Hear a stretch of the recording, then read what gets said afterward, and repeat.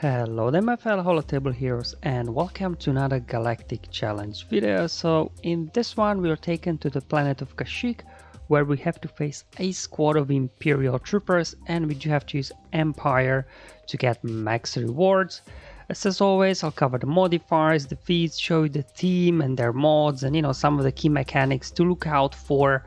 There's only one team really needed to get all feats done. There are various variations of it, but more about it later once I start showing you the team.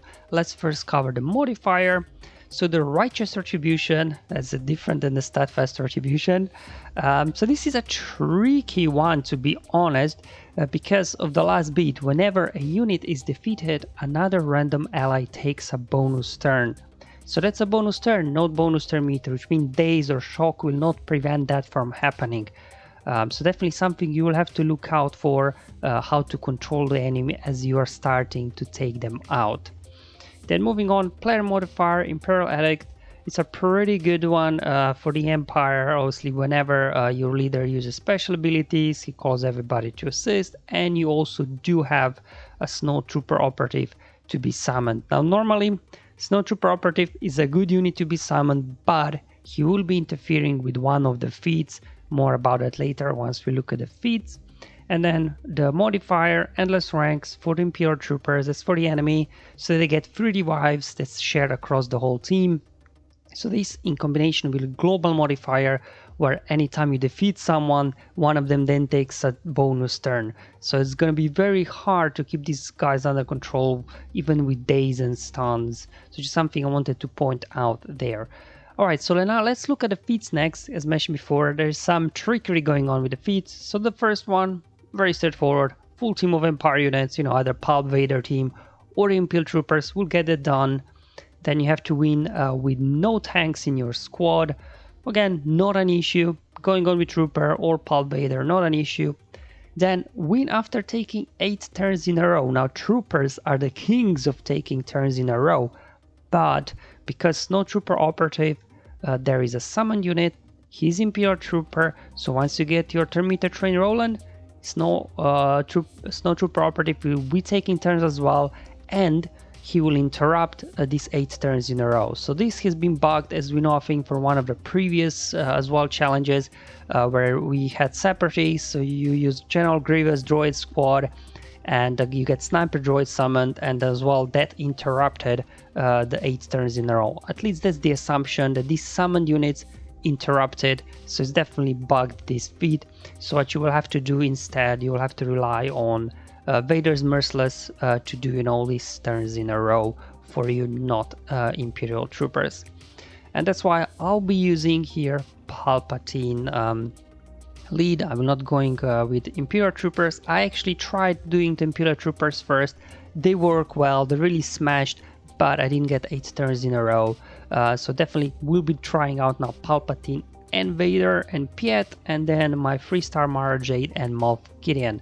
Now it depends on exactly what Empire teams you have available. There are various variants that the members of community on my Discord server they post different suggestions. So let me show you that next. Alright, so here we go. Let me show you the mods now. Obviously Pulps, his leadership provides the whole turn meter train whenever a debuff expires on the enemy. So this will allow us to get pretty much infinite turn. His basic there, whenever he deals damage, he will gain 15% turn meter for each shocked enemy. And obviously Mara Jade there, that's why I like to use her with Palpatine. She'll get shock on everybody, and then Pulps will be getting pretty much a turn meter train on his own just by using his basic. It's reminiscence of phase 3 of the tank rate, if you remember it way back when. Speed on him not important, just modding for potency really. Vader here, obviously his Merciless will again allow him to get lots of turns in a row, and as well boost turn meter to the rest of the team. And just showing you his mods there. I didn't remote for this event, it's just the mods I have on these guys at all times. Piet here, he's very important as well. Obviously his AoE there lands the daze on the enemy, so we can keep enemy Piet most importantly under control. Have a decent speed on him, that helps to get a head start. Up next, Mara Jade. She's great, to be honest, even at 3 stars, because she's got these 2 abilities that apply debuffs to all the enemies, so she's getting back-to-back turns, dispelling, stunning, applying shock, stagger, so she really fuels then the whole bonus turn meter train. And whenever she uses basic, she obviously calls their Palpatine for an assist. So this is pretty good, and as well there you get some extra boost to offense and potency for your Empire when Palpatine is in the leading slot. So there you go. Her mods, you know, she's relatively fast character, so even at 3-star gear 11 you can make her fairly decent. Here and here is for his control situation, so he can start off, obviously push everybody's turn meter back, and then you can get to work with your team. Alright, we'll hop in the battle now. First things first, you will definitely want to use control situation here if your Gideon is faster than a Vader. It really depends. Let's go ahead. And now you will see that the enemy Piet, every time we do deal damage to his allies, he will be gaining bonus turn meter.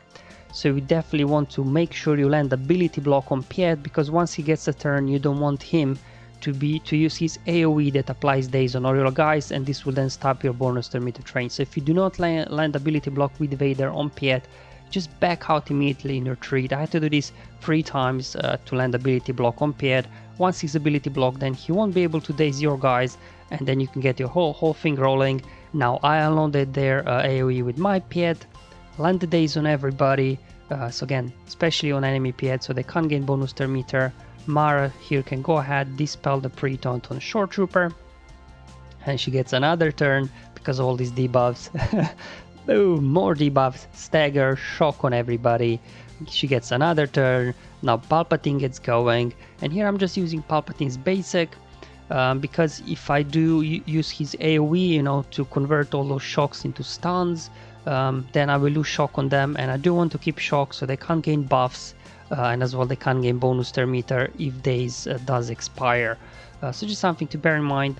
I did put their mark over a Snowtrooper operative because his basic can stun, so then whenever Piet uses his basic, he will call a Snowtrooper operative for an assist. And then obviously the idea here is that you just get stun locked everybody, because as you've seen in the global modifier, whenever you defeat an enemy, one of their allies will get a bonus turn. So you definitely want to keep these guys stunned. You want to keep them ability block, so if they get a turn they can't really do much apart from using their basics. Another round of Merciless. As you can see, we are running circles around these guys from all those debuffs we have going. Unload another AoE, reapplies the daze. There we go, Mara J doing the work again. Using basics with Snowtrooper operative, so he keeps stun locked everybody. There we go. Yep, stun on him as well. Just unload an AoE, why not? Just basics there. Okay, here we go. Got short trooper stunned as well. We got stunned everybody now, and now with everybody stunned, you can pretty much just start taking them out. But remember, we have to burn through these guys 3 times. There you go. There goes revive number 1. Going now after short trooper, a little bit and Veers, because they're both low. So I'm just trying to now exhaust all these endless ranks while keeping as many guys as stunned as possible. Always reapply that daze with your Piet when he gets a chance to unload the AoE. Alright, there we go. Alright, so final endless rank gone. So now when we do take them out, they're gone for good. There we go.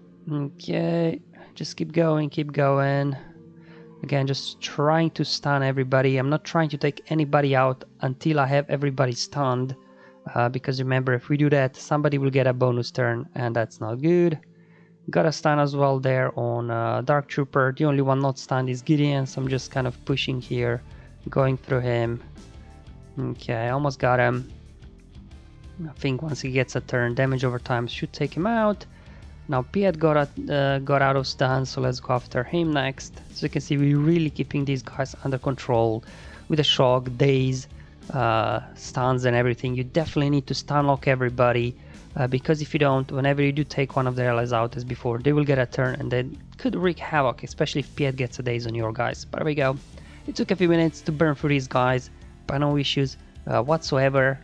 I've done now here all the feats in a single battle with this Empire squad. I'm really, kind of bummed about the bugged feat for the 8 turns in a row, because I really wanted to do that using my Imperial Troopers first, but didn't really work. So there you go, guys. Hopefully this video was useful and helpful, showing you how you can get max rewards quite easily with some sort of, Palpatine Vader lineup. As I've shown you in my Discord server, there are various teams. If you do not have Gideon or Mara Jade or something, it doesn't really matter. Just, the core 3 of Vader, Palps and Piet, you get your whole turn meter train roll, and Piet applies the days on the enemy, and then you are good to go from there on out. Thank you guys for watching. I'll see you in the next one, but until then, have fun, enjoy life, and may the RNG be with you, my friends.